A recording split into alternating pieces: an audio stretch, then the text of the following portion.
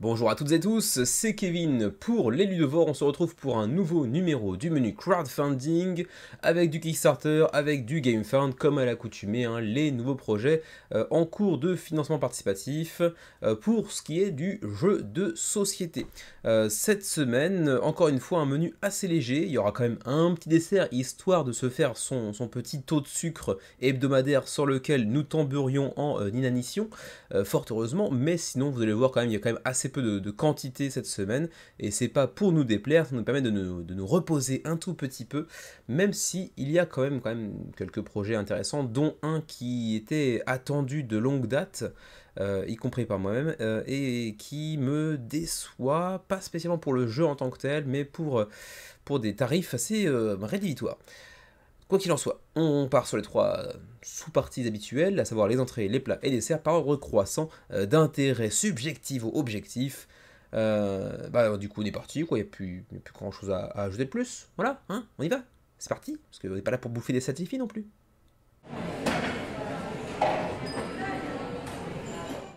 Premier projet de la semaine, encore Compass Games, décidément, c'est un peu mon nouveau Queen Games. Queen Games qui fait 10, 12, 15 projets par an, et du coup je les raille un petit peu, je me moque un petit peu d'eux de manière fréquente, mais en fait je me demande si Compass Games fait pas encore plus de campagnes que Queen Games.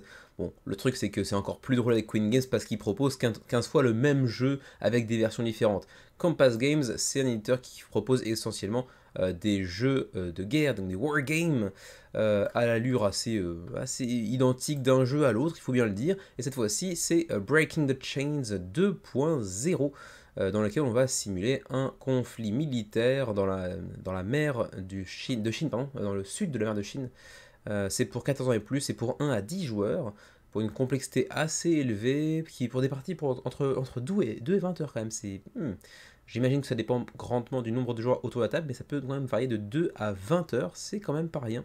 Et c'est donc jouable en solo également. Pour le reste, c'est du wargame relativement classique, j'ai envie de dire, en tout cas pour ce qui nous est donné à voir, puisque encore une fois, je suis vraiment pas du tout connaisseur en la matière.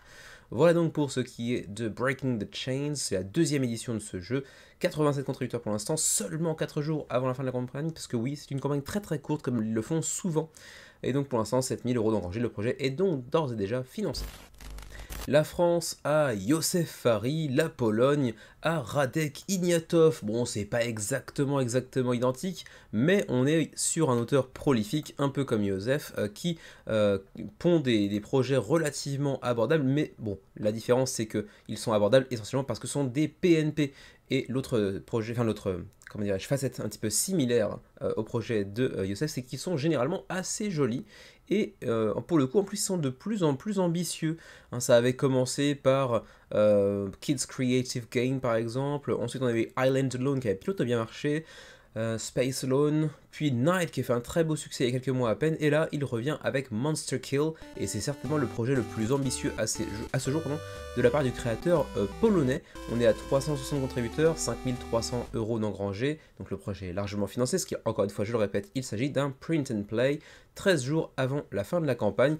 Et il s'agit ici d'un boss battler, donc un jeu de combat de boss, mais avec également des scénarios plus ou moins sur le long cours. Avec du coup une implication assez profonde du joueur. D'ailleurs, je dis du joueur, c'est pas seulement en solo. Là aussi, c'est ce qui le différencie de Youssef. Il y a quand même pas mal de points de différence. C'est pour 1 à 3 joueurs pour le coup, pour 400 et plus, 30 à 60 minutes la partie. Et là, on vous le dit, hein, c'est pour les amateurs de jeux de dungeon crawler ainsi que de combat tactique. La différence c'est que bon, là vous allez pouvoir potentiellement jouer avec des miniatures si vous voulez procurer, si vous les imprimez par vous-même, mais le reste c'est du print and play. Vous avez masse de personnages jouables avec bien sûr leur propre spécificité. Le jeu est disponible en français également via PDF, comme tout le reste du jeu de toute manière, puisque c'est un PNP. Mais c'est un jeu qui vous propose une certaine richesse, avec une DA quand même plutôt pas vilaine en plus de ça. Ces personnages asymétriques, avec une évolution qui leur est propre, différents boss à aller affronter. On parle ici même carrément de comparaison avec Gloomhaven, Donc, comparaison n'est pas raison, mais il y a quand même quelques inspirations assumées qui sont assez intéressantes et plein de scénarios à aller explorer. Ça aussi, ça rend le jeu potentiellement assez profond. Vous allez choisir un scénario, choisir un ou des personnages et ensuite partir à l'aventure, faire évoluer vos personnages et défourailler du gros monstre dans tous les cas, pardon, avec des combinaisons de dés notamment, en faisant évoluer vos personnages. Voilà ce que ça vous propose. Vous avez déjà quelques vidéos en français qui vous en apprendront bien plus sur le jeu que je ne saurais le faire dans cette courte vidéo. On retrouve dans l'antre du lutin, c'est dans l'antre du lutin, ensuite Pug and Play qui en parle également, pour ce qui est de la sphère francophone en tout cas. Et je me demande si on n'a pas aussi des fichiers STL pour ceux qui apprécieraient éventuellement d'imprimer en 3D les figurines qui sont mises en avant ici. En tout cas, je pense que ça va être le cas. Il en va certainement de même pour les monstres par ailleurs, en tout cas j'imagine. Voilà, ensuite les pledges, vous avez ici le pledge de base à 6 € avec 12 maps, 26 ennemis, 2 monstres, 8 modes, enfin 8 scénarios solo, 3 personnages jouables, 12 cartes d'action. Ça fait assez peu de cartes d'action en réalité quand on regarde bien, mais bon, c'est surtout que c'est sur les personnages eux-mêmes que l'intérêt du jeu se montre véritablement. Les cartes en elles-mêmes ne sont pas si importantes que ça. En double, à 12 €, on a le all-in qui vient ajouter donc la même chose que ce qu'on avait précédemment à 6 €, mais en plus de ça, un nouveau monstre, 3 nouveaux personnages jouables, 4 nouveaux scénarios solo, 12 scénarios coop. Donc oui, si vous ne jouez pas avec le all-in, vous ne pourrez jouer que en solo, attention. Et puis un mode duel également, ce qui est assez intéressant parce que du coup, vous pourrez éventuellement passer d'un mode uniquement coopératif / solo à un mode potentiellement en confrontation.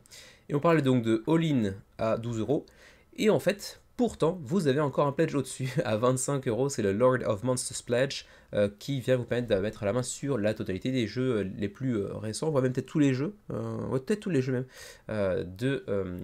comment s'appelle-t-il déjà, Radek Ignatov, sorti jusqu'à présent, donc 25 €. Donc en add-on, c'est bien ça, 10 € les fichiers STL pour les personnages, donc pour les figurines, 2 € pour avoir un accès à Tabletop Simulator, ça c'est un petit peu moins cool, mais bon. Et puis ma foi, c'est à peu près tout pour ce qui est de ce nouveau projet de Radek Ignatov, 360 contributeurs, 13 jours avant la fin de la campagne. On reste dans un univers d'épique fantasy un petit peu sombre, mais plus loufoque, avec la nouvelle version de Catacombs. En vérité, c'est pas la nouvelle version, c'est juste que ça vous permettra d'y jouer sans avoir la boîte d'origine en fonction de la version que vous allez prendre. Il s'agira en fait d'une extension ou d'une nouvelle boîte du jeu d'origine avec des règles un petit peu revues au goût du jour, mais sans les extensions. Donc à vous de voir ce qui vous plaira. Vous aurez bien évidemment l'occasion aussi de prendre tout ce qui est sorti jusqu'à ce jour. 430 contributeurs pour l'instant se sont massés sur le projet de Elzra Games, leur 10e projet. Pour le moment sur Kickstarter pour cet éditeur canadien. Vous l'avez récemment vu pour Monster Pit, on l'a vu à plusieurs reprises pour Catacombs justement. D'ailleurs c'est un petit peu leur seul jeu je pense à ce jour, parce que vraiment ils mettent Catacombs à toutes les sauces, hein. Catacombs, Conquest, Castles, Cubes, bref ils en ont mis de partout. Bref, c'est vraiment leur univers quoi, hein. Et du coup, on replonge dans un univers de dungeon crawler, mais cette fois-ci avec un aspect aussi dextérité assez prononcé, donc clairement pas pour moi. C'est pour 2 à 4 joueurs, pour des parties de 60 à 90 minutes, 14 ans et plus. Si mes souvenirs sont bons, tout ça est illustré par Kwanchai Molia, je ne me trompe pas. Mais pour le coup, pour moi, c'est vraiment du hit or miss, pardon, comme diraient les anglophones, avec cet illustrateur. Parfois, je trouve ça très joli. Et parfois je trouve ça assez vilain, et là pour le coup c'est plutôt dans la deuxième catégorie. Il y a certains trucs que j'aime bien, le monstre ici je trouve ça assez loufoque, assez cool, mais globalement le jeu m'attire vraiment pas du tout. Enfin bon. Donc pour résumer, 30 $ pour avoir le manuel qui vient un petit peu unifier tout ce qui est sorti à ce jour pour Catacombs, 55 si vous mettez la main sur l'extension Fortress of Nazamur. Donc seulement l'extension, donc attention, c'est juste une extension, il vous faudra la boîte de base. Ensuite 79 si vous prenez Fortress of Nazamur Big Box, donc là ce sera un jeu standalone, vous n'aurez pas besoin du jeu de base, il contiendra les règles du jeu, comment dire, de base revues un petit peu au goût du jour, ainsi que l'extension Fortress of Nazamur, mais rien d'autre. Ensuite, à 99 euros, Catacombs 3E, donc 3ème édition, pour le jeu de base, si vous prenez uniquement l'extension, là par exemple. Mais il y a aussi des bundles. Là, on a 250 boules, on a Catacombs 3ème édition, Big Box plus, avec des playmats, 6 playmats double face. Et puis les fameux bundles, donc 169 pour Fortress of Nazemo Big Box plus Catacombs 3ème édition Big Box par exemple, 319 $, ça commence à faire très cher pour les Big Box dans les deux cas, avec la version ultime de Catacombs, mais ça fait quand même très cher pour un jeu qui moi personnellement m'attire vraiment pas du tout, ou ça c'est très vilain aussi, ça donne vraiment pas du tout envie d'être exploré. Voilà, pour le reste, ma foi, je ne sais pas si vraiment le jeu a su trouver son chemin vers les salons des joueurs francophones à ce jour. Il n'y a pas de VF, je crois, en tout cas. Mais c'est un univers assez particulier, et le truc qui mêle un petit peu dungeon crawler avec de la dextérité, bon, c'est adressé à un public un petit peu particulier, quoi. Mais bon, pour l'instant, 430 contributeurs, 14 jours avant la fin de la campagne, et déjà 44 000 € d'engrangés. Le projet est donc financé. On enchaîne avec Sprocket Forge, Gear Turning Engine Builder. Donc vous l'aurez compris, hein, c'est un construction de moteur, un jeu de construction de moteur. C'est pour 1 à 5 joueurs, pour 14 ans et plus, pour des parties de 60 à 90 minutes, avec des engrenages dans tous les sens dans ce jeu. 232 contributeurs, 20 900 € d'engrangés pour l'instant, 27 jours avant la fin de la campagne. Le jeu est donc financé, de peu, mais il l'est pour l'instant. Donc pour un deuxième projet de Sophisticated Cerberus, c'est plutôt satisfaisant, je pense, hein. Leur premier projet, c'était quand même bien plus conséquent que ça. C'était Stifling Dark, qui, il y a de ça environ 2 ans, avait fait quand même 3800 contributeurs sur Kickstarter, donc c'était quand même un beau succès. Faut dire qu'il avait une belle DA, il y avait ce mécanisme de, comment dirais-je, de lampe torche avec un champ de vision représenté physiquement qui était assez sympatoche. Un jeu que j'aurais bien testé un de ces jours, qui était un petit peu du 1 contre tous, vous incarniez soit un tueur en série ou slash un monstre face à des survivants. C'est pas le seul jeu qui propose ce genre de choses là, mais il avait l'air relativement intéressant malgré tout. J'ai pas pu le tester à ce jour, mais il avait l'air d'être plutôt pas mal et relativement bien présenté visuellement parlant. Et donc du coup, Sophisticated Cerberus Games, avec ce second projet, réussit à aller chercher le financement. C'est plutôt satisfaisant après 3-4 jours de campagne, mais on n'ira clairement pas chercher un résultat aussi bon qu'avec Stifling Dark. Donc pour ce qui est de ce jeu de construction de moteur et de gestion de ressources avec des rouages dans tous les sens qui le rendent potentiellement assez intéressant, assez complexe peut-être aussi sur le papier. Je ne l'ai pas encore noté, mais c'est aussi, je l'ai déjà dit tout à l'heure, mais c'est pour 14 ans et plus, pour des parties potentiellement pas si longues que ça en vérité, puisque jusqu'à 5 joueurs, 90 minutes, ça fait un jeu quand même relativement simple à sortir. Pour le reste, je passe assez rapidement, c'est pas un jeu qui pour l'instant a su tellement attirer les foules, et en plus de ça, il n'y a pas de VF pour ce jeu. Sachez juste que le pledge de base est à 60 $. Ensuite, vous avez une version à 100 $, la Runesmith, qui vient vous apporter un petit peu de déluxification via des ressources en résine notamment. Ensuite, on a une version même à 120 $ cette fois-ci. Vous avez au-delà des ressources en résine, vous avez également les rouages en métal. Hein, ils sont au nombre de 25. Ah non, d'ailleurs, c'est même pas ça. C'est juste les ressources de base plus des rouages en métal. Et si vous voulez les ressources en résine et les rouages en métal, il faudra quand même dépenser 150 $. Et je pense que c'est peut-être l'une des raisons qui explique l'attrait un petit peu... comment dirais-je, amenuisé par rapport à ce qu'on avait vu sur leur première campagne, qui était une belle surprise à l'époque. Le prix est quand même assez conséquent dès lors qu'on veut déluxifier un petit peu son jeu. Et il y a même un pledge à 400 $, mais bon là c'est plus du mécénat avec des petits bonus que l'on a l'habitude de voir sur ce genre de niveau de pledge. Voilà donc pour ce qui est de Sprocket Forge, 230 contributeurs, 27 jours avant la fin de la campagne, 21 000 € d'engrangés. Et du coup, c'est tout pour les entrées de la semaine. Oui, on a fait très léger. Hop, petit taboulet, et paf, on enchaîne directement sur les plats principaux de la semaine.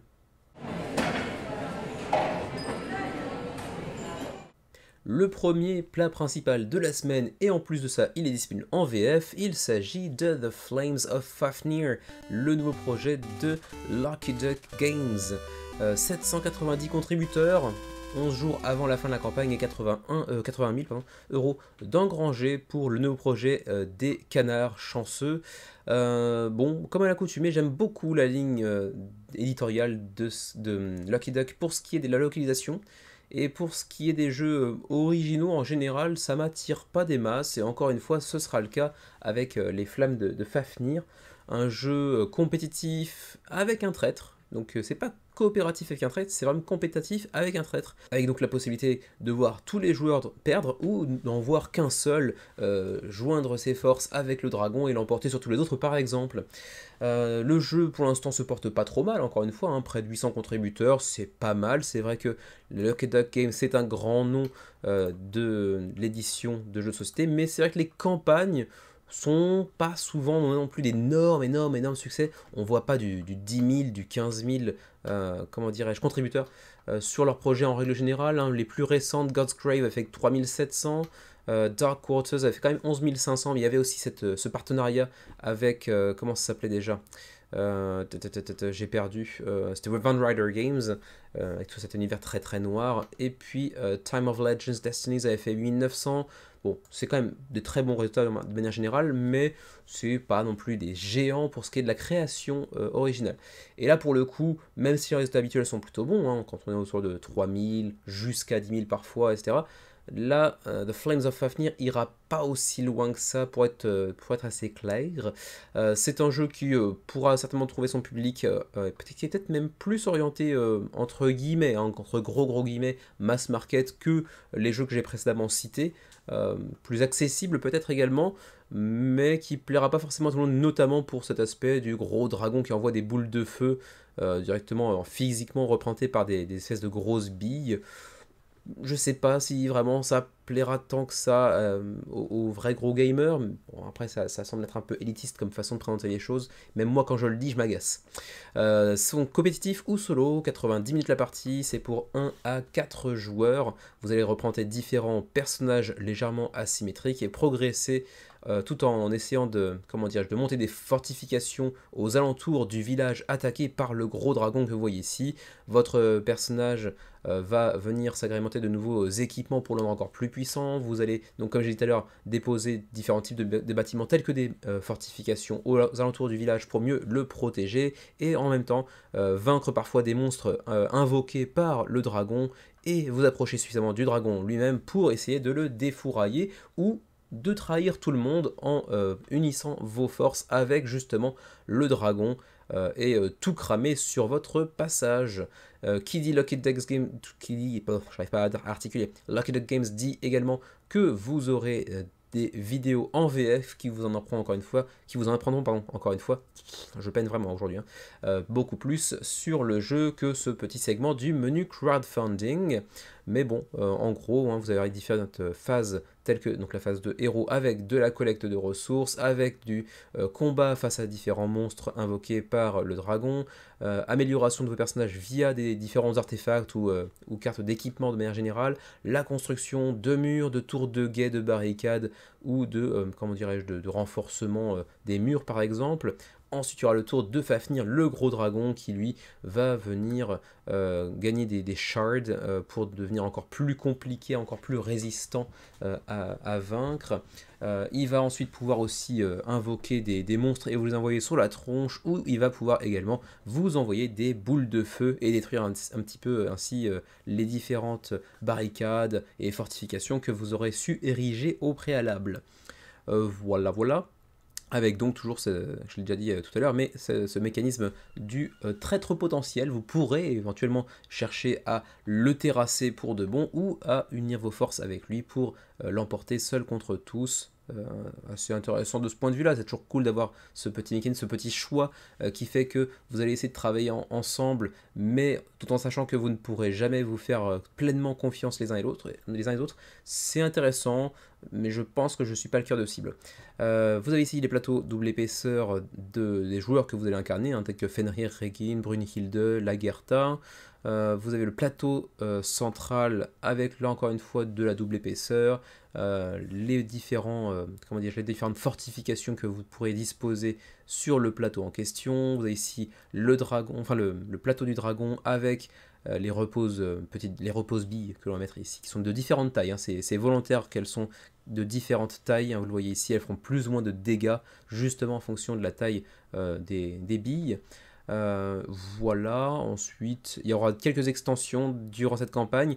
Toutes ne seront pas disponibles ensuite dans le commerce, donc il faut le savoir. Elles sont peut-être parfois disponibles sur le site de Lucky Duck Games, mais pas forcément dans les boutiques. On a ici par exemple l'extension Ragnarok avec d'autres dragons tels que Shirwen, Malduinda ou Chris par exemple, qui viendront ajouter des petites spécificités qui leur sont propres. Ensuite, vous aurez de nouvelles billes comment dire, de boules de feu en fait. Ensuite, différents artefacts supplémentaires, des cartes de destinée, un loup. Bah, allez savoir à quoi il servira, là-dessus je ne me suis pas suffisamment penché sur le sujet. Il y aura aussi l'extension Valhalla qui viendra cette fois-ci ajouter de nouveaux petits plateaux, une sorte de petits hôtels de mythologie nordique, on va dire, des statues, un golem, etc. Donc pas mal de nouveaux contenus pour aller enrichir le gameplay potentiellement. Il y aura un petit sentinelle, un petit monolithe, une sorte de prison, enfin pas de prison mais de tour on va dire, une baliste, bref, donc pas mal de petites choses quand même qui viennent ajouter un peu plus d'intérêt, de profondeur au gameplay. À mon avis, c'est vrai que si je m'intéressais au projet suffisamment pour aller le baquer, l'extension Valhalla, à mon avis, c'est un petit peu un must. Mais bon, encore une fois, n'ayant pas joué et m'étant pas spécialement intéressé outre mesure au projet, bon, prenez ce que je dis avec des grosses pincettes. Les vidéos en français, c'est ici que ça se passe. Bon, en gros, il y en a une seule en fait, hein. Je pensais qu'il y en aurait plus que ça. Il y a juste un monde de jeu avec donc Martin et Pénélope qui vous en parlent. Et c'est tout pour le français, dommage. Les pledges, on a un pledge à 79 € pour l'entrée de gamme, on va dire, avec le gros dragon en carton cette fois-ci. Ensuite, si vous voulez le gros dragon de Luxifié en miniature 3D, ainsi que les extensions Valhalla et Ragnarok par exemple, c'est 159 €. Donc le prix est quand même assez élevé. Le matos est classe, ça y a pas de souci, le matos est plutôt très qualitatif, mais 159 c'est quand même assez cher parce qu'au final, vous regardez bien, il y a les 4 figurines ici, la grosse figurine du dragon, le reste c'est relativement classique. Il y a de double épaisseur pour chacun des joueurs, certes, il y a de double épaisseur sur le plateau central, certes, mais bon, c'est pas non plus un matériel à tomber non plus par terre, mais c'est quand même très cher, donc vous me direz éventuellement ce que vous en pensez, mais il y a aussi un point à noter à ce niveau-là, c'est quand même que la TVA est incluse dans le prix, et ça c'est quand même, ça change pas mal de choses, même si ça reste cher quand même, soyons honnêtes. Voilà, les stretch goals, on passe. Maintenant qu'on est arrivé aux plats principaux, on va aussi pouvoir s'apesantir un tout petit peu sur les frais de port, avec, vous le voyez ici, pour Monaco, 13 €, 17 €. C'est rare qu'ils aient leur propre cartouche. Ensuite, le reste de l'Union Européenne, alors on n'a pas encore vu la France, donc j'imagine que c'est là-dedans. 14,29 € en fonction du pledge que vous allez choisir. La Suisse, 17,18 €. Donc plus cher pour le pledge de base, moins cher pour les collector pledge. Allez savoir. Et pourquoi le collector pledge a droit qu'un seul L et pas deux, hein, bref, on s'en fout un petit peu. Canada, 25,39. Et puis nous, au Japon, par curiosité, 19,71. Qu'est-ce qui explique le gap entre les deux versions? C'est... Ouais, non, au niveau des frais de port, il y a un truc un peu pété quelque part. Mais bon, peu importe. Voilà ce qu'il en est pour The Flames of Fafnir, le nouveau projet de Lucky Duck Games, qui, s'il est financé, doit quand même décevoir un petit peu les canards, parce que le résultat, pour l'instant, est assez loin des ambitions habituelles de l'éditeur. Il reste encore 11 jours avant la fin de la campagne, on ira certainement chercher entre 1500 et 2000 contributeurs à mon avis, ce qui est quand même pas si mal que ça, et après il y aura sa vie en boutique, qui lui permettra peut-être de s'installer de manière plus durable, mais pour l'instant, c'est pas époustouflant. Trop de boulot cette semaine, j'ai pas passé beaucoup de temps sur GameFound pour préparer, donc là-dessus je m'excuse d'avance parce qu'il y aura celui-ci et le suivant, donc deux projets sur GameFound que j'ai vraiment très peu étudié, donc on verra ça un petit peu ensemble, hein, vous me le pardonnerez pour cette semaine, à commencer par The Cursed Castle, le solo game of the month de Gabe Barrett, hein, vous le savez, ça fait déjà 7-8 mois consécutifs que Gabe Barrett nous sort le jeu solo du mois. Et cette fois-ci, eh bien, c'est donc The Cursed Castle, le château maudit, qui a déjà récupéré dans sa besace 25 000 $, approximativement, avec 1000 backers tout rond, 13 jours avant la fin de la campagne. Et si vous vous dites que ça ressemble un petit peu à Darkest Dungeon, ben c'est que c'est le cas, en fait, tout simplement. Voilà, ça ressemble un petit peu à Darkest Dungeon visuellement en tout cas. C'est pour un joueur uniquement, hein. Je le précise parce que parfois le solo game of the month est aussi jouable en coop. Là pour le coup, pur solo. 30 minutes la partie, pour un jeu dans un univers donc, de dark fantasy avec des cartes, des dés, qui rappelle un autre projet, d'ailleurs visuellement, hein, en parlant uniquement de l'aspect visuel, un autre jeu de Gabe Barrett qu'on avait vu récemment dans la gamme du Solo Game of the Month. Mais donc là, vous allez incarner différents personnages, l'exécutionneur, comment ça s'appelle, le bourreau en français, un golem, un ranger et puis un champion par exemple, une sorte de brutasse, avec chacun leur spécificité un petit peu asymétrique. Et puis vous allez affronter des gros vilains pas beaux. Vous aurez des decks de dungeons, donc de donjons, avec différents ennemis, eux aussi avec leurs effets spécifiques, avec les façons de les vaincre.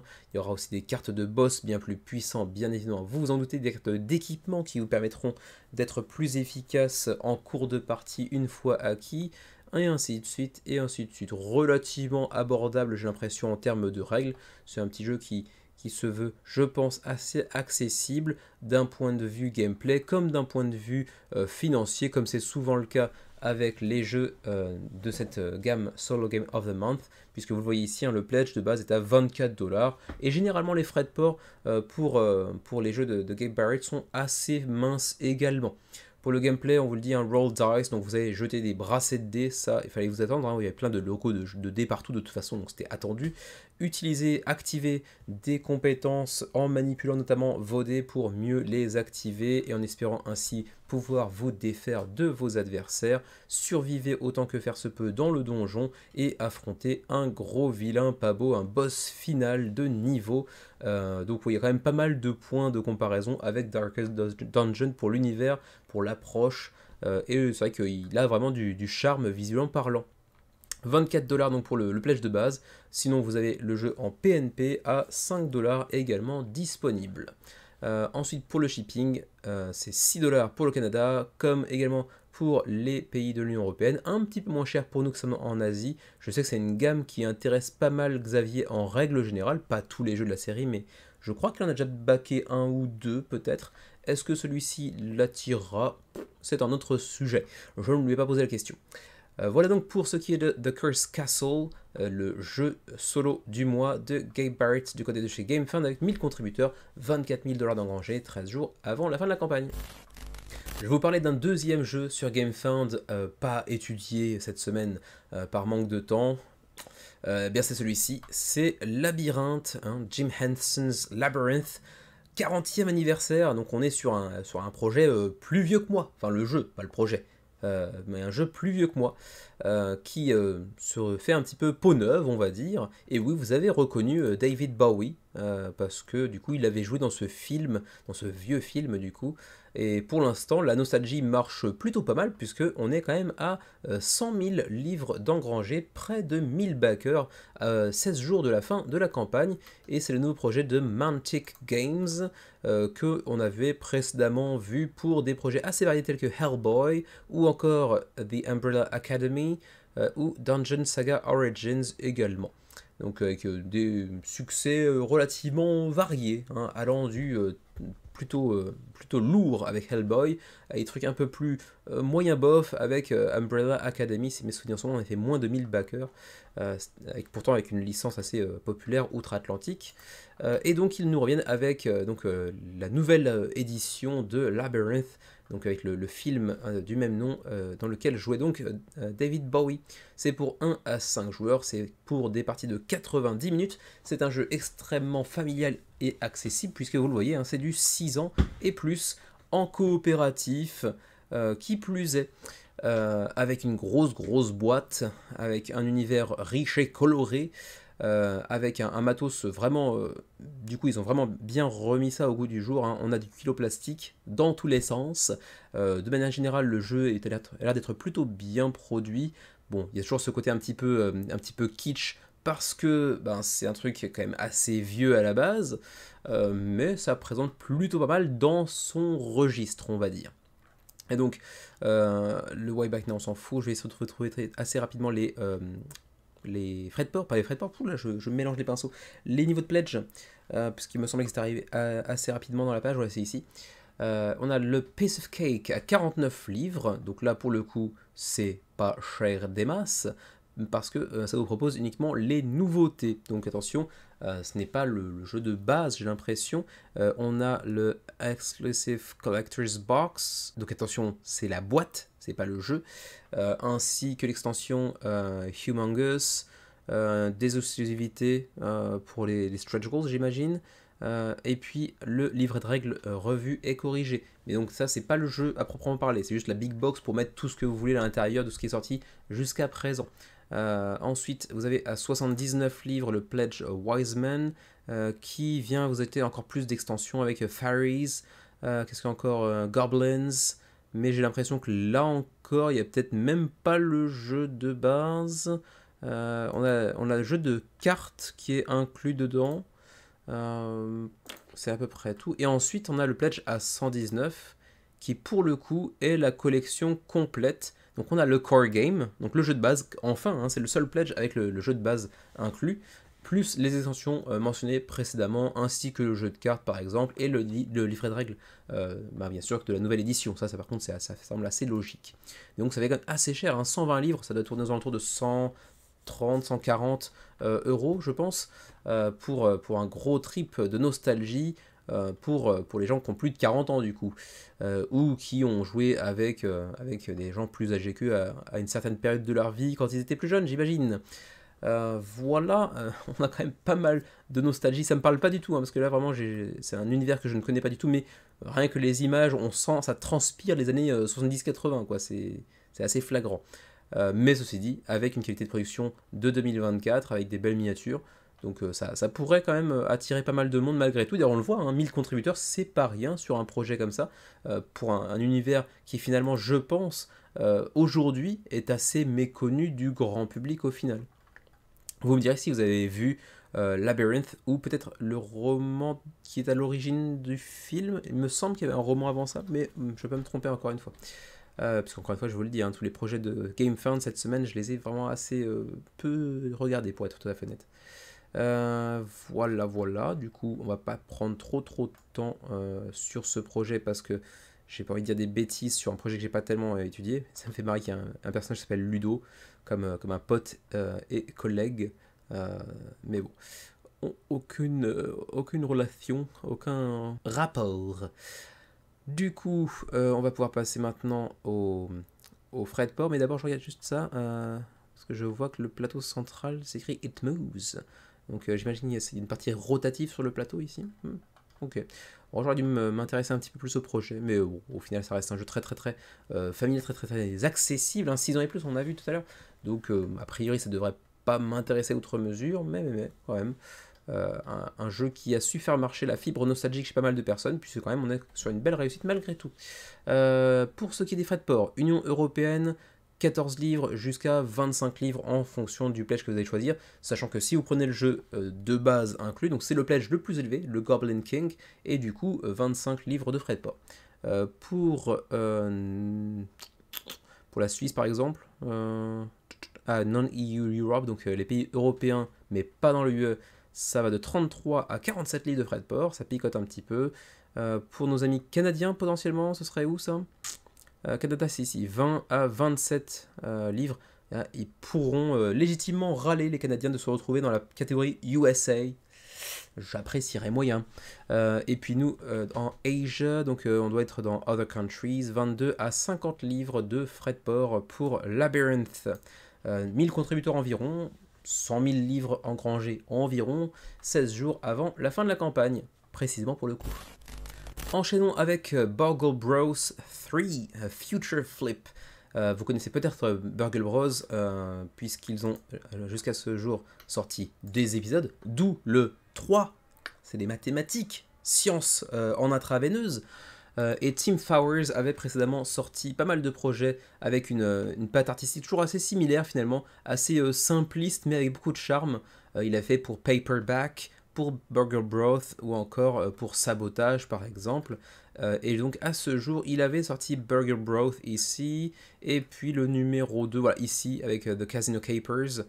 Juste par curiosité, le numéro 2 avait fait combien de backers à l'époque? 7800. 7800 contributeurs à l'époque, et c'était en 2019. Donc le dernier épisode remonte quand même à 5 ans. Et donc on vous proposait, comme dans le 1, et c'était déjà le cas pour le 2 également, de organiser en fait un petit peu à la façon de ce fameux film qui a eu 3-4 itérations. Comment ça s'appelait déjà? Ocean's 11, puis 12, puis 13, etc. Donc de faire des casses en fait, hein. Vous incarniez des voleurs et vous alliez faire des casses. Et ben là c'est la même chose, mais sauf que via un événement incongru qui vous est arrivé, vous et votre équipage, votre groupe de voleurs, vous êtes propulsé dans un futur un petit peu cyberpunk, et bon, en fait, vous allez faire la même chose, mais dans un univers différent. Voilà, vous allez encore une fois organiser des vols, mais avec un aspect plus futuriste, et donc thématiquement, il y a aussi des compétences, etc., qui mettront en avant justement ce lore, ce contexte narratif un petit peu différent, un peu plus futuriste. C'est toujours de la coop, hein, comme Burger Bros 1 et 2. Pour l'instant, c'est encore une fois un beau succès, hein, 2164 contributeurs en 3-4 jours de campagne, 155 000 euros d'engrangés, 18 jours avant la fin de la campagne. Et donc, comme je disais, hein, c'est toujours un jeu coopératif. Le pledge de base est quand même relativement abordable, hein, 49 $, avec quand même 2 tapis de néoprène. Pour un jeu à 49 $, c'est quand même sympa d'avoir 2 tapis de néoprène. Ensuite, masse de cartes, quelques petits éléments de bois tels que les meeples, les petits tokens de gardien également, des tokens dans tous les sens. Bon, le matériel n'est pas extraordinairement riche, mais en même temps, le jeu est à 49 $. Il y a quand même un petit peu de néoprène, même si c'est pas le plus beau tapis de néoprène que j'ai vu, c'est quand même pas faux, mais quand même, un jeu accessible. On a aussi un jeu de cartes éventuellement à l'effigie des personnages de Burgle Bros, mais bon, c'est un peu moins intéressant, c'est vraiment si vous êtes fan et que c'est un petit peu l'aspect collectionnite, c'est à 12 $. Ensuite, gameplay overview, donc là, on va mettre un petit peu en avant les points saillants du gameplay de Burger Bros. Bon, vous l'avez peut-être déjà compris si vous avez déjà joué en tout cas à l'épisode 1 ou à l'épisode 2 par le passé, un jeu coopératif, vous organisez des vols, sauf que là vous êtes dans un univers cyberpunk, donc il va y avoir un petit peu un aspect plus technologique mis en avant bien sûr, avec également de nouvelles pièces, de nouveaux types de pièges, etc. Donc thématiquement c'est un enrichissement, mécaniquement ils ont su gommer ou améliorer certains points des 2 premiers épisodes sortis à ce jour, donc sur le papier ça semble intéressant, et en plus de ça ils ont fait une petite coopération avec l'éditeur de Netrunner pour inclure certains personnages dans la Runner Expansion à 15 $, certains personnages de Netrunner qui vont être incarnés dans le jeu de Burger Bros. C'est assez sympatoche pour les amateurs du jeu en question. Vous pourrez aussi mettre la main sur Burger Bros 2 à 45 $ avec une version un petit peu différente de la campagne Kickstarter de l'époque, avec un format plus proche de Burger Bros 1 pour le coup. Ensuite, il y a même une expérience coopérative pour PC ou pour réalité virtuelle à 20 $ actuellement en accès alpha. Vous avez un petit aperçu de ce que ça peut donner ici. Je serais curieux de voir ce que ça vous propose comme expérience. Je suis pas convaincu, mais bon, ça peut être marrant. Sachant que une des nouveautés dans Burger Bros 3, c'est que vous avez la possibilité de vous déguiser, qui vous permettra de faire plus d'actions si mes souvenirs sont bons. Ah non, c'est moins d'actions, c'est fait de déguiser, mais plus de stealth, comme on dit en anglais, plus de capacité à passer inaperçu, on va dire. Ensuite, vous avez aussi les tuiles double face. Ce n'était pas le cas jusqu'à présent, mais cette fois-ci, certaines tuiles seront double face. Et donc, par exemple, un code que vous aurez activé pour pouvoir passer plus rapidement par ce chemin-là, mais qui pourra ensuite être retourné à nouveau par le gardien lorsqu'il passera au cours de sa ronde et refermera la porte en question, et ainsi de suite. Donc, il y aura un mécanisme un petit peu renouvelé à ce niveau-là également. Voilà, on va passer assez rapidement sur le reste, sachant que j'ai pas aperçu les frais de port. Ça, par contre, s'ils ont oublié les frais de port, c'est oui, c'est un peu se tirer une balle dans la rotule. Pourquoi ça m'étonne de leur part, comme un éditeur assez expérimenté maintenant. Du coup, faut aller chercher ici directement. Ouais, alors ça, je sais jamais à quel point c'est digne de confiance, mais bon, vous pouvez toujours essayez d'aller voir ici, ce serait 20 $ de frais de port pour la France, et par exemple pour le Japon, ce serait 16. Ça m'étonnerait un petit peu, mais bon, c'est possible. EU VAT included in shipping cost, donc la TVA pour l'Union Européenne serait déjà incluse dans le prix qui est affiché ici. Est-ce que c'est correct ou pas? Je sais pas, mais bon, c'est quand même un petit peu mal foutu pour le coup. J'ai envie de dire, en 2024, qui ne fait pas un petit tableau récapitulatif des frais de port pour son jeu, hein, vraiment, qui fait ça, quoi? Qui fait ça? Bah, apparemment, lui, il fait ça, Team Fowers, et c'est pas bien. 2164 contributeurs, 18 jours avant la fin de la campagne, je viens de postillonner sur mon micro. 18 jours avant la fin de la campagne, donc, et donc 156 000 € d'engrangés pour le moment. Projet suivant, Yonder. Et oui, si vous êtes là au moins sur la chaîne depuis janvier 2024, vous aurez potentiellement vu ma vidéo des jeux les plus attendus pour l'année 2024 sur Kickstarter, GameFAQs et compagnie.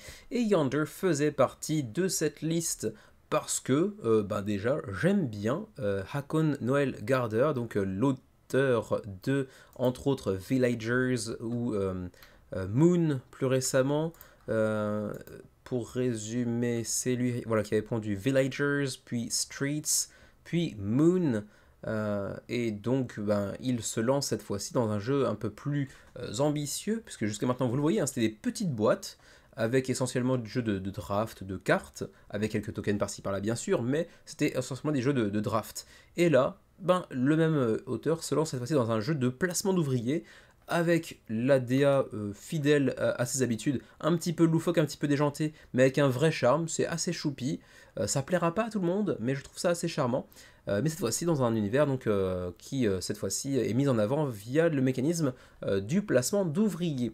C'est pour 1 à 4 joueurs, pour 60 à 120 minutes la partie, pour une complexité médiane, on va dire un jeu initié, avec donc du placement d'ouvriers et des ouvriers spécifiques, des ouvriers différents qui auront chacun leur propre spécificité qui du coup rendront leur utilisation plus ou moins intéressante en termes de timing ou de stratégie, hein. D'ailleurs ils sont mis en avant assez rapidement. Voilà, ici les ogres que vous pourrez utiliser produiront 2 fois plus, mais ils devront bouffer 2 fois plus également.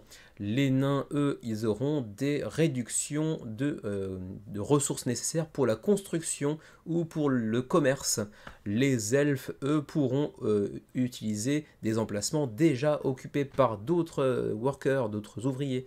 Les gobelins arriveront toujours en paire, donc pourront déclencher potentiellement 2 fois l'action. Les squelettes, eux, n'auront besoin d'aucune nourriture, parce qu'ils ne sont jamais conviés au banquet ou au pique-nique, les pauvres petits. Ah oui, ils sont morts, que voulez-vous. Et du coup, à chaque tour, à vous de voir quel genre d'ouvriers vous allez recruter et comment vous allez les utiliser sur le plateau. Et qui dit placement d'ouvriers dit généralement, et ce sera le cas ici en tout cas pour Yonder, gestion de ressources également. Puisque vous aurez à cœur d'utiliser les dites ressources pour construire différents types de bâtiments. Il y aura 3 decks différents, A, B et C, pour les bâtiments, avec le deck A qui vous permettra de générer des ressources, que ce soit de la bouffe ou des ressources utilisables pour construire. Ensuite, le deck B qui vous permettra de construire votre moteur de jeu sur le long cours pour améliorer votre capacité à faire des actions plus intéressantes. Et puis le deck C qui, lui, généralement, vous fournira des opportunités de scoring de fin de partie. Il y aura un système de marché, on va dire, avec des différentes recrues à aller chercher, à aller activer. Le jeu sur le papier a d'être relativement intéressant. Le côté jeu d'ouvriers relativement classique, mais avec différents types d'ouvriers, avec toute une gestion du timing à prendre en compte, c'est assez sympa, c'est assez intéressant. C'est pas forcément révolutionnaire dans ce jeu de cette catégorie-là, mais c'est comment dirais-je, fresh take, on dirait en anglais, on va dire, mais une approche qui est sans être tout à fait novatrice et relativement fraîche, on va dire. Le mode solo, pour l'instant, je ne saurais pas quoi vous en dire, parce que c'est pas trop mis en avant durant la campagne. Pas de stretch goals, ça c'est plutôt cool, c'est uniquement des révélations quotidiennes. On va juste vous révéler des cartes, des petits éléments de gameplay de ci, de là, jour après jour, pour faire vivre un petit peu la campagne, mais ce ne sont pas des ajouts véritablement liés au financement. Par contre, je crois que les Daily Reveals seront inclus dans un bonus pack, donc peut-être qu'ils ne seront pas disponibles en boutique.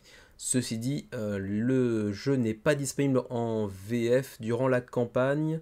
Ça sera peut-être amené à arriver un de ces jours, mais pour l'instant, c'est pas le cas. À voir. L'édition Kickstarter, en fait, c'est l'édition de base. Elle est à 60 € avec tout le matos que vous voyez ici, donc plateau, masse de meeple dans tous les sens, des cartes, des petits jetons en bois essentiellement. Et ensuite, si vous dépensez presque 30 € de plus, 89 €, vous aurez accès à l'édition Deluxe pour ajouter au jeu les Game Trays, donc les inserts pour faciliter l'installation et le rangement de Yonder, ainsi que des petits jetons en acrylique, en bois à la place du carton également. Donc une deluxification certes, pas une deluxification extraordinaire non plus, hein. On n'est pas sur du kilo plastique par exemple, il n'y a pas de pièces de métal. Le gros de la différence entre les 60 € qu'on voit là et les 90 pardon, se trouve généralement plutôt au niveau du Game Trace, donc de l'insert. Mais c'est quand même toujours très très agréable d'avoir un bel insert qui facilite l'installation et le rangement, l'ergonomie de manière générale. Voilà, pas d'idée en français malheureusement parce que pas de VF, ça c'est toujours un petit peu dommage, mais bon, que voulez-vous. Le shipping Canada et Union Européenne, ainsi que Rest of Europe, donc a priori la Suisse aussi potentiellement. Ce sera 16 livres pour l'édition KS ou 19 pour l'édition deluxifiée. Et puis pour nous au Japon, ce serait 19 à 22 livres de frais de port. Et du coup, je crois qu'on a fait le tour un petit peu pour les zones concernées par la francophonie, quoi, en gros. Le livret de règles est disponible ici pour ceux que ça pourrait intéresser. Je ne vois pas de lien TTS pour éventuellement le tester en ligne. Je crois pas avoir vu ça. Non, a priori non, dommage. Voilà donc pour ce qui est du nouveau projet de Sinister Fish Games, donc Yonder, 872 contributeurs, 27 jours avant la fin de la campagne, 66 000 € d'engrangés. Bon, le jeu est quand même bien plus cher que les autres jeux du même auteur et du même éditeur, avec un univers très très similaire. Du coup, peut-être que les contributeurs sont un petit peu frileux à sortir une telle somme. L'édition Deluxe avec les Game Trays est quand même assez chéros pour ce que ça propose en termes de contenu, en termes de composants. C'est plutôt joli, c'est plutôt qualitatif, on va dire, en termes de qualité de production, mais ça fait quand même un petit peu cher. Peut-être que c'est là que la raison se trouve, la raison principale se trouve pour ce manque d'attrait pour la campagne, parce qu'on est quand même à moins de 1000 contributeurs, alors que pour rappel, Moon par exemple, la dernière campagne, on va aller chercher même au tout début de l'éditeur Sinister Fish avec Villagers à l'époque. Donc la dernière campagne de Moon avait fait quand même près de 3000 contributeurs. Et au tout début de l'éditeur sur Kickstarter avec Villagers, on avait fait 14 000. Donc c'était quand même un énorme résultat. Et là, du coup, on est à moins de 1000. C'est un petit peu décevant quand même. Voilà pour ce qui est de Yonder, 872 contributeurs, 27 jours à la fin de la campagne et 66 000 € d'engrangés. On enchaîne avec une des petites surprises de la semaine. Je l'attendais vraiment pas, je l'ai pas vu venir, et pourtant il a l'air d'être assez prometteur, en tout cas il est très joli. Il s'agit de Winds of Numasera, The Board Game. Alors pourquoi ce petit The Board Game derrière le titre du jeu? Parce qu'apparemment il s'agirait de ce qu'on appelle aux États-Unis une graphic novel, une sorte de BD en gros, sur laquelle est basé le jeu. Et donc il s'agit ici d'un jeu de engine building, contrairement à ce que ça pourrait laisser penser. Un jeu de prime abord, la couverture fait vraiment penser à de l'epic fantasy, on va dire, relativement classique. Et pourtant, on n'est pas sur un jeu de RPG et compagnie, on est sur un jeu de engine building et de stratégie, avec des factions asymétriques dans lesquelles vous allez essayer de faire grandir votre royaume. Il y en aura 4, 4 royaumes distincts et asymétriques. Ensuite, vous allez customiser les héros qui peuplent votre royaume en question et essayer ainsi de laisser votre trace dans l'histoire.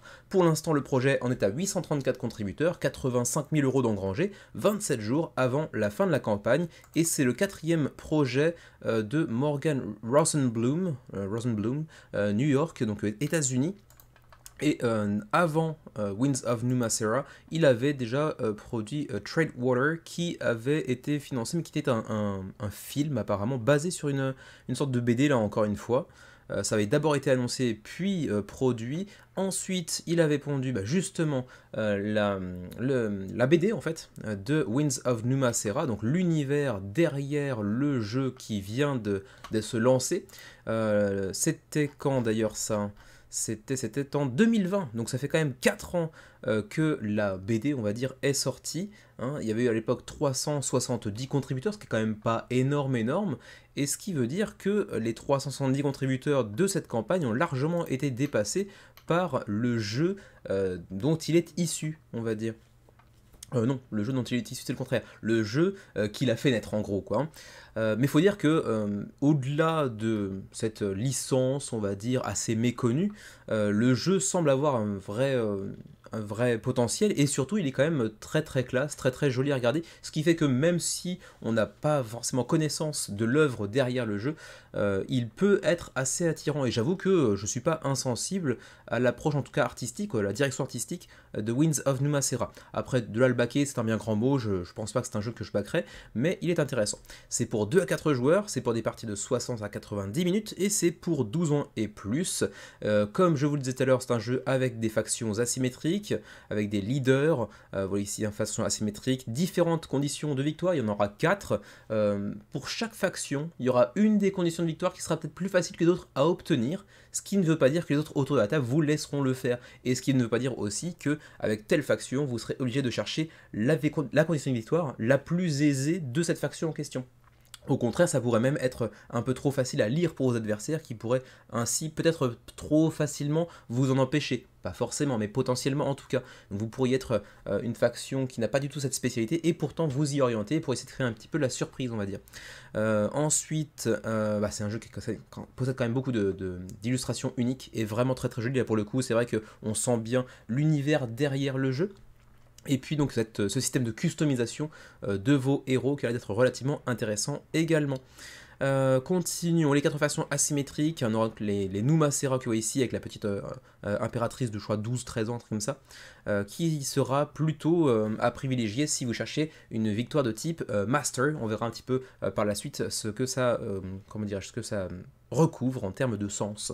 Ensuite on aura les Meran, qui eux seront plutôt orientés victoire Legend.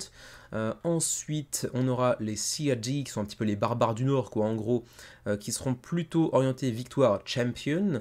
Et enfin, on a les Denavel, qui sont plutôt donc, les combattants du Nord, quoi, en gros, on reprend vraiment les tropes, les archétypes habituels, qui eux, pour le coup, auront plutôt à cœur de s'orienter vers la victoire Conqueror, même si, encore une fois, vous pouvez choisir un autre type de chemin de victoire potentielle avec votre faction.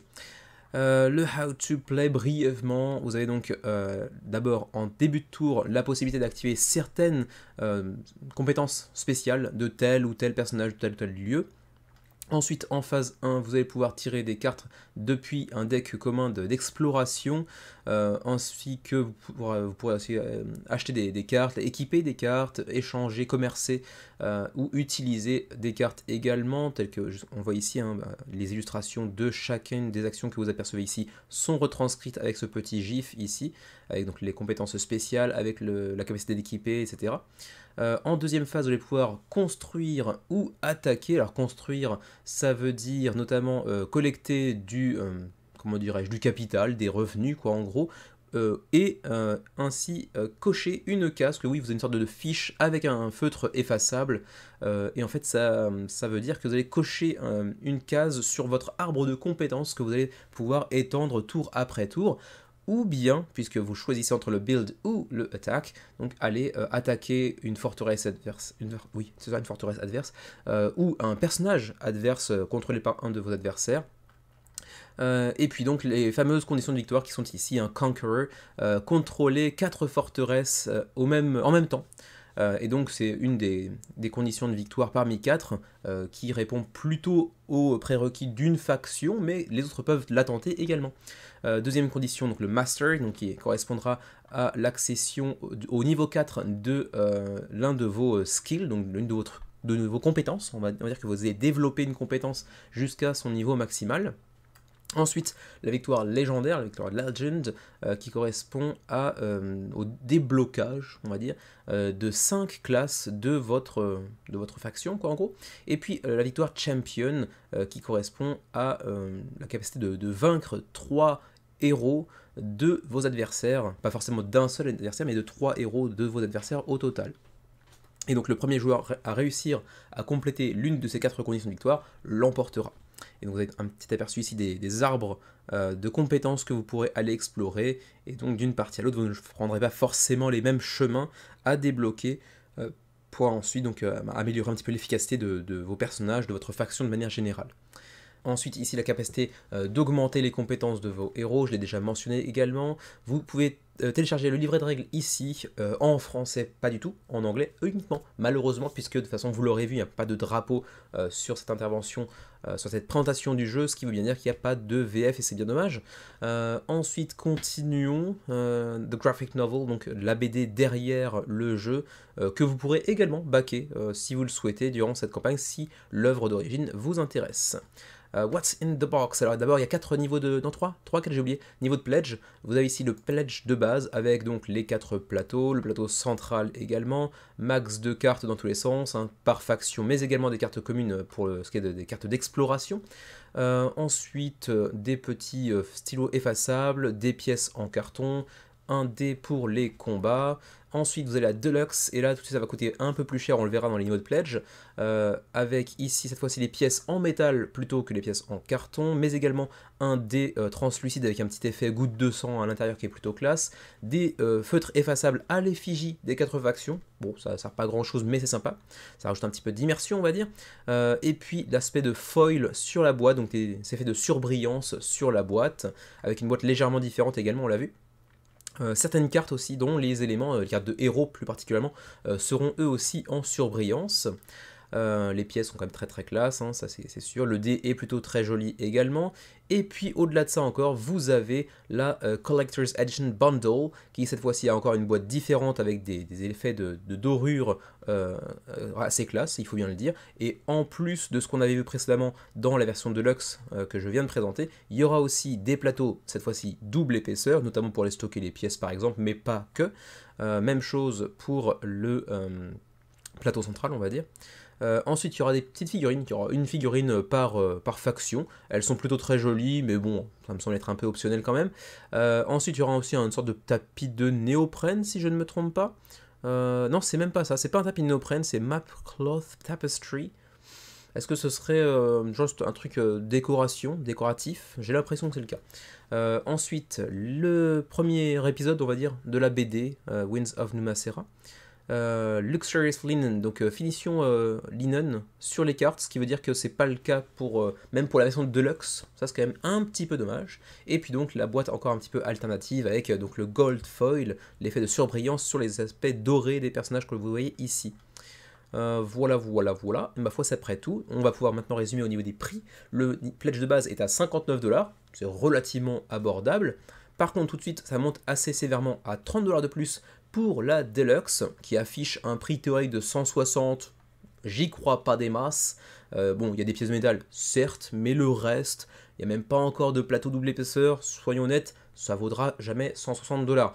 Déjà 89, ça me semble être pas mal quand même en termes de prix. Donc bon, sur les prix, je pense qu'ils... Hein, les gars, ils se sont fait plaisir, ils se sont lâchés. Ensuite... La Collector's Edition Bundle, alors certes il y a un aspect collector indéniable, d'accord, certes il y a des tableaux double épaisseur, etc., mais quand même 199$ sur un pledge avec un matos qui est quand même assez loin en termes de quantité de matos hyper qualitatif de certains pledges qu'on a l'habitude de voir dans le secteur.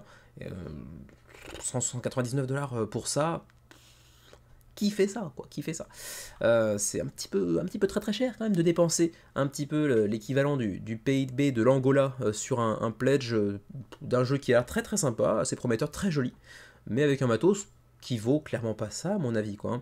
Même si effectivement il y a aussi la BD, l'espèce de truc décoratif là, ouais ok, c'est l'aspect collector, je comprends bien, mais en pur composant, qualité des composants, etc., ça me semble être un petit peu surévalué.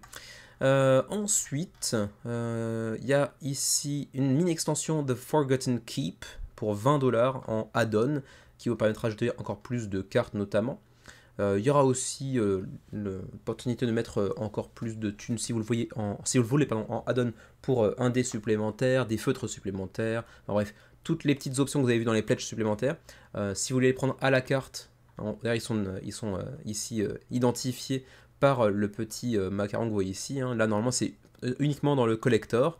Mais si vous prenez la Deluxe de base, vous pouvez quand même avoir accès à certains trucs du collector si vous les prenez en add-on, notamment au niveau des plateaux double épaisseur par exemple. Voilà, maintenant du coup on va pouvoir passer tranquillement aux frais de port. Alors où sont-ils? Généralement en bas, donc on va finir par les trouver un jour. Voilà, c'est ici que ça se passe. Shipping et TVA, bon la TVA sera payée par la suite j'imagine, je regarde même plus, au bout d'un moment c'est devenu tellement une habitude de payer ça dans le Pledge Manager. Canada, 21,26 jusqu'à 25,30, ça dépendra bien sûr du niveau de pledge que vous allez choisir pour ce qui est des frais de port. Pour la Belgique, mais pas la France, ce sera 18,23 jusqu'à 21,26. Ça va. Pour la France, 22,27 jusqu'à 26,31, c'est pas très différent. Voilà. Ensuite, pour nous sommes au Japon, 31,46, 43,48, ça picote un petit peu plus, mais bon, encore une fois, pas de TVA pour nous, ça fait un petit peu la différence aussi. Et théoriquement, le jeu devrait être livré pour le mois de mai, pardon, j'arrive pas à parler, 2025. Voilà, c'est tout ce que je peux vous dire concernant Winds of Numasera, The Board Game, un projet qui est très joli, qui a l'air d'être relativement intéressant, pas jusqu'à le baquer quand même, mais il a l'air d'être sympatoche malgré tout, j'aimerais bien le tester un jour. 835 contributeurs, 85 000 € d'engrangés, 27 jours avant la fin de la campagne. Ah ça me dérange, j'ai même pas dit que c'était le dernier prélat principal de la semaine. C'est pas grave pour une fois. Du coup, on passe au dessert, voilà. Et il n'y en a qu'un seul. Et puis vous le voyez déjà, donc il n'y a aucun suspense. Il s'agit de Luthier, ou Luthier, comme on dirait en anglais, j'imagine. Et vous le voyez, il y a déjà une EVF. Elle sera assurée par suspense, non pas tellement suspense, ils l'ont déjà annoncé sur leur page. Ce sera Lucky Duck Games. 3095 contributeurs d'ores et déjà pour Luthier, 362 000 € d'engrangés 19 jours avant la fin de la campagne. Vous aurez aussi peut-être reconnu le style assez distinctif de Vincent Dutray tout de suite quand il est derrière au pinceau sur un jeu. Ça a tout de suite l'air très classe, il faut bien le reconnaître. C'est le deuxième projet de Paverson Games que vous connaissez peut-être via leur premier projet de l'époque qui était Distilled, qui est ici, qui je crois lui est en VF grâce à Matago si mes souvenirs sont corrects.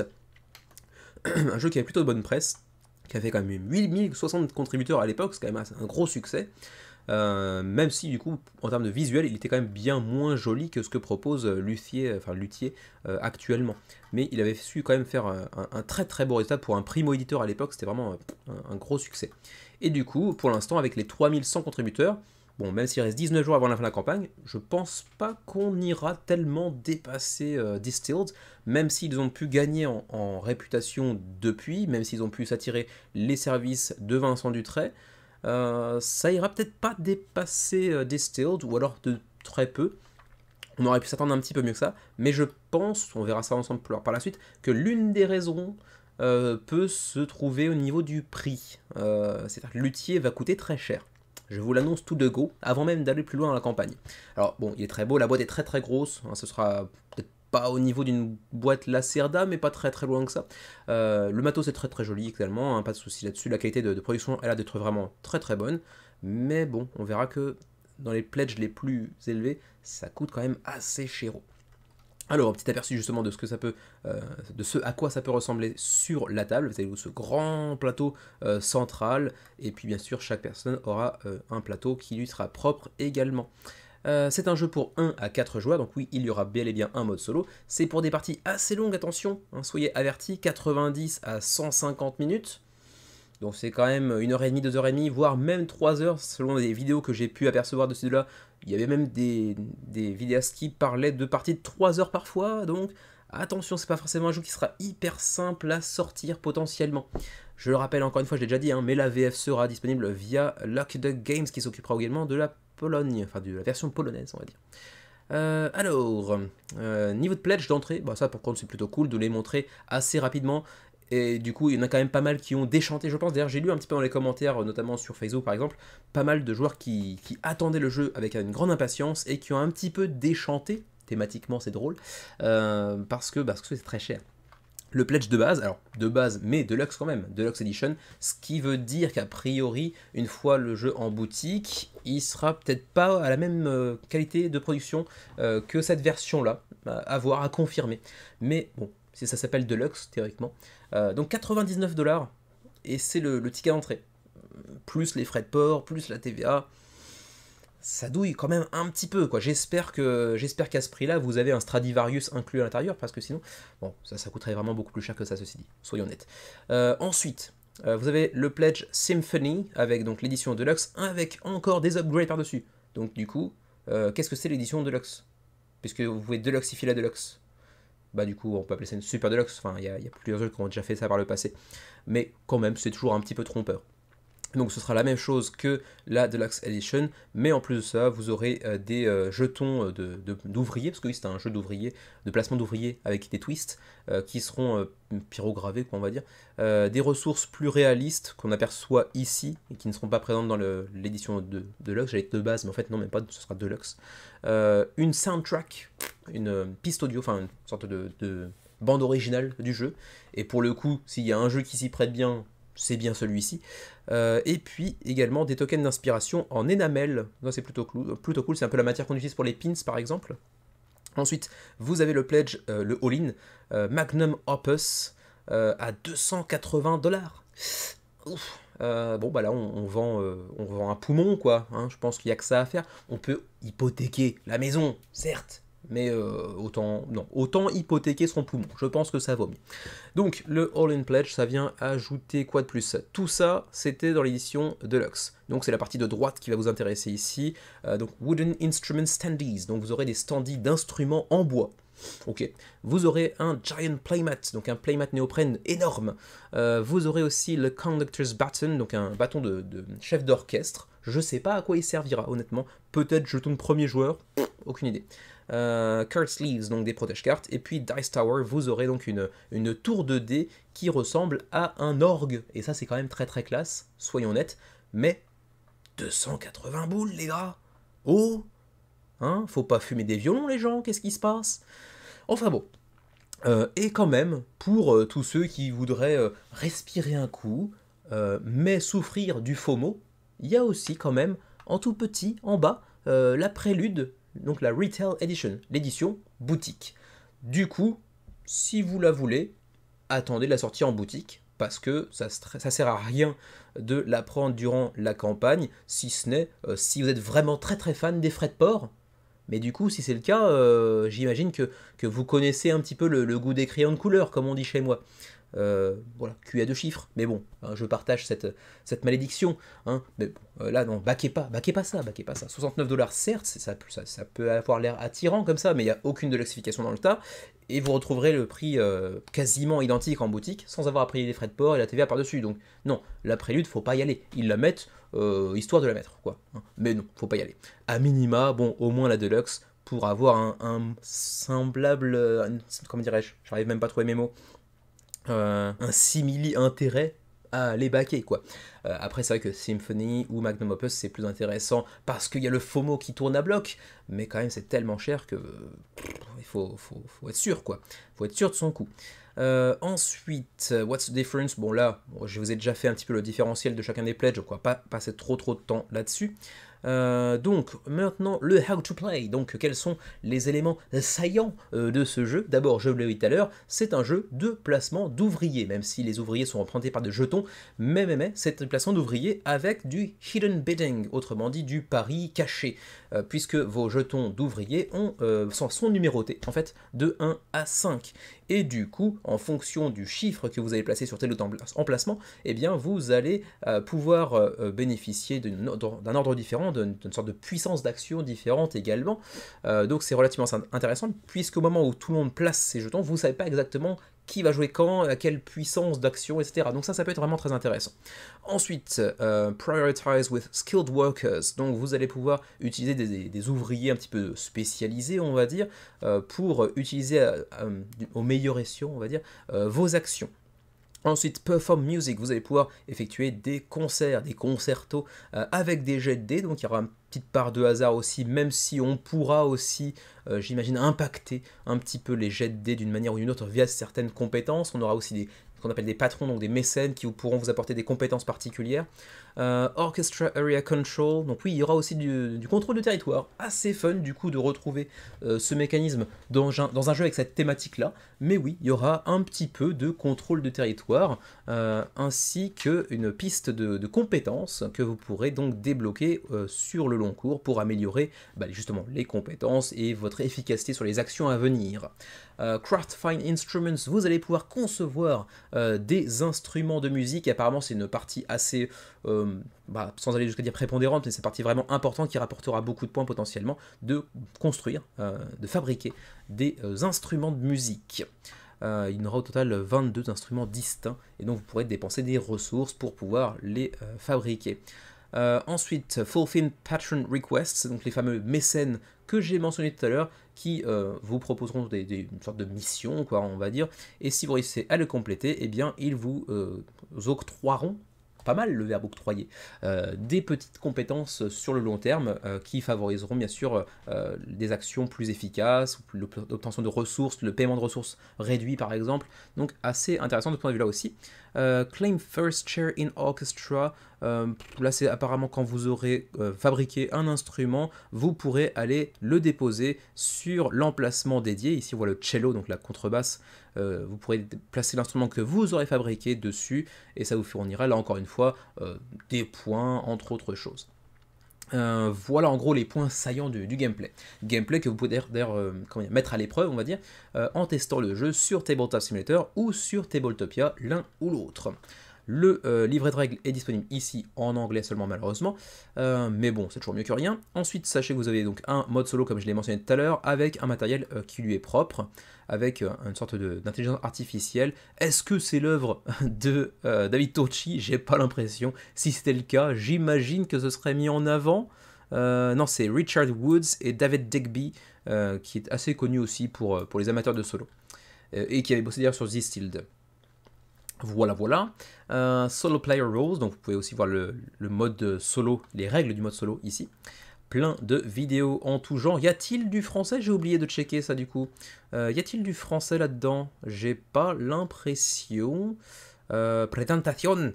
Donc ça c'est de l'espagnol, donc il y a peut-être du français après tout. Non, il n'y a pas de français. Ça c'est vraiment dommage. Ou alors j'ai raté un truc. Mais je crois pas. Hein. Je crois pas me souvenir d'avoir du français ici. Bah c'est bien dommage, c'est bien dommage. On aurait été ravis de faire une vidéo pour eux, parce que c'est typiquement le genre de jeu qu'on aimerait bien tester. Mais bon, on s'en fout. Concerto Pledge Deluxe Edition, donc dans l'édition Deluxe, j'ai essayé de mélanger Deluxe et édition pour... ouais, je vais faire toute une vidéo un jour, je pense, où je vais mélanger tous les deux mots en un seul bloc. Ça ferait des vidéos beaucoup plus courtes, des minutes de 30 minutes, mais un peu plus difficilement compréhensibles, donc peut-être pas essayer en fait. Ouais, bon, bref. Le Pledge Deluxe, qu'y a-t-il à l'intérieur en termes de matos? Eh bien, vous voyez un petit peu ce à quoi ça peut ressembler. Alors c'est vrai qu'en termes de matos, il est quand même très joli. Bon, de toute façon, visuellement, ça envoie du bois. Encore une fois, thématiquement, c'est marrant. Pas moyen, c'est pas super drôle, c'est pas hilarant. Ça va, calmez-vous. Je suis pas comédien non plus, hein. Je suis pas comique. Donc des cartes d'instruments, enfin tout ça, c'est vraiment très joliment illustré. Et puis c'est vrai que thématiquement, un jeu sur la musique classique d'époque, avec des illustrations de Vincent Dutray, on peut difficilement imaginer mieux comme combo.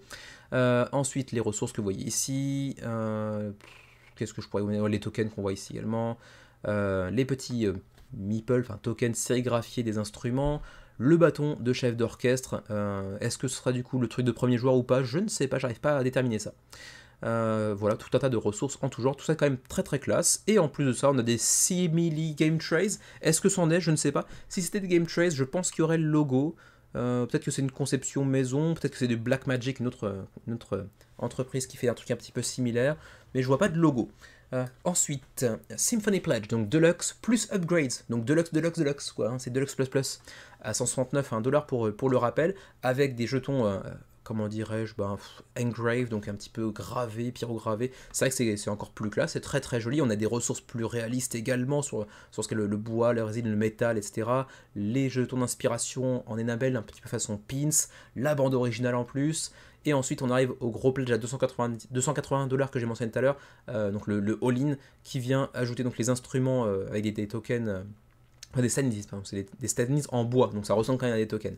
Ensuite, la tour 2D façon orgue, hyper classe, les protège cartes, et puis le playmat que vous voyez ici également, qui en plus du plateau central ajoute un côté un petit peu illustration, un petit peu de lore, qui pour le coup me plaît pas tant que ça en fait personnellement, je préfère le plateau simple en réalité.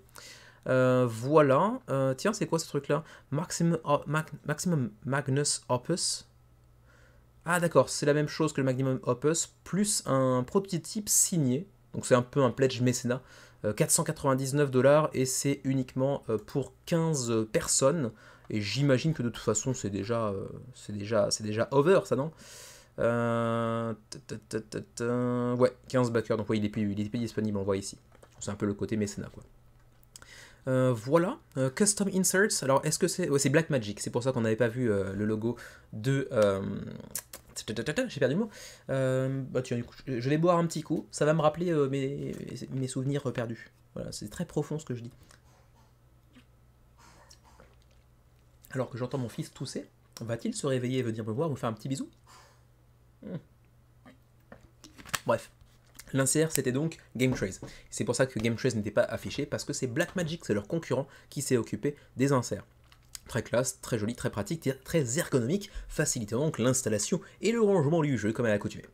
En add-on, on peut prendre aussi justement le tour de dés, les instruments qu'on voit ici, bref, vous pouvez un petit peu sélectionner à la carte les éléments qui vous intéressent le plus. Il en va de même pour le playmat double face, 75 $ le playmat, c'est plus cher que certains jeux. Calmez-vous les gens, calmez-vous. C'est joli les playmats, c'est classe, les ressources glissent pas dessus, c'est bien, c'est la vie, mais quand même pas à 75 $ les gars. Hein. Le bâton de chef d'orchestre, 15 $, ça sert à rien, mais c'est fun. Les protège-cartes, les ressources un petit peu de l'oxyfier à fond, quoi, hein, les trucs en énamel, la bande originale qui, elle, pour le coup, n'est qu'à 5 $, pourquoi pas. Et on peut aussi pledger Distilled, ça c'est sympa. Parce que pour ceux qui auraient raté la campagne d'origine et qui éventuellement n'arrivent pas à mettre la main dessus pour une raison ou pour une autre, là je pense plutôt à Xavier par exemple, parce que je sais que Xavier est très intéressé par Distilled, et nous au Japon c'est un peu une galère pour le trouver, bah du coup lui c'est éventuellement l'occasion de se mettre la main dessus quoi. Voilà. Puis maintenant on va pouvoir passer au shipping, parce que là, voilà, c'est l'heure, il faut y aller. Shipping, Europe Zone 1, qu'est-ce qu'il y a dans le Europe Zone 1? Belgium, France... Donc oui, bon, ça concerne la majorité de la francophonie européenne, on va dire. Donc 15, 20, 25, en fonction du pledge que vous allez choisir. Asia Zone 1, on n'est pas dedans à tous les coups, non? Non, on n'est pas dedans. Dommage. Canada, 25, 30, 35. Europe Zone 2, il y aura peut-être la Suisse là-dedans? Même pas, dis donc. Ah si, si, je dis une connerie. Suisse, c'est ici. Donc pour nos amis suisses, 35, 45, 60, un petit peu chéro. Et du coup, dans des Asia Zone 2 aussi. Ouais, Japan, donc pareil, 35, 45, 60 pour les frais de port concernant l'utilier. Sachant que le jeu devrait théoriquement, si tout se passe bien, être livré entre mai et juin 2025, donc d'ici un an environ. Et ma foi, c'est à peu près tout ce que je peux vous dire concernant Luthier, le nouveau jeu de Paverson Games qui m'attire beaucoup, soyons nets. Ça aurait presque pu être un coup de cœur, mais... très long, hein, on a vu quand même, enfin très 90 à 150 minutes, 90 ça passe, 150 ça commence à faire un petit peu long, donc ça fait un jeu un petit peu difficile à sortir, et puis surtout les niveaux de pledge qui sont quand même assez chéros malgré tout, hein, quoi qu'on en dise. Et quand on est un petit peu, comment dirais-je, complétionniste, même si je le suis pas autant que Xavier par exemple, ben ça pique un petit peu, donc a priori je pense que je devrais pas y aller, même si je pense que le jeu me plairait beaucoup en réalité. Donc je compte sur toi Anto pour participer au concours sur je ne sais quelle communauté que tu connais par cœur, et tu gagnes une copie et tu l'envoies à Bibi. 3100 contributeurs pour Luthier, 363 000 €, 19 jours avant la fin de la campagne, un bien joli projet, mais un petit peu chéro, soyons honnêtes. Et du coup, c'est tout pour le menu crowdfunding du 21 juillet 2024. Attendez, je fais le calcul rapidement, très rapidement, parce que c'est juste un +7. Ça veut dire que le prochain menu, c'est le 28. Et savez-vous pas, on s'en fout, mais c'est pas grave, c'est mon menu crowdfunding, que le jour d'après, le 29, c'est mon anniversaire. Voilà, je vous le dis.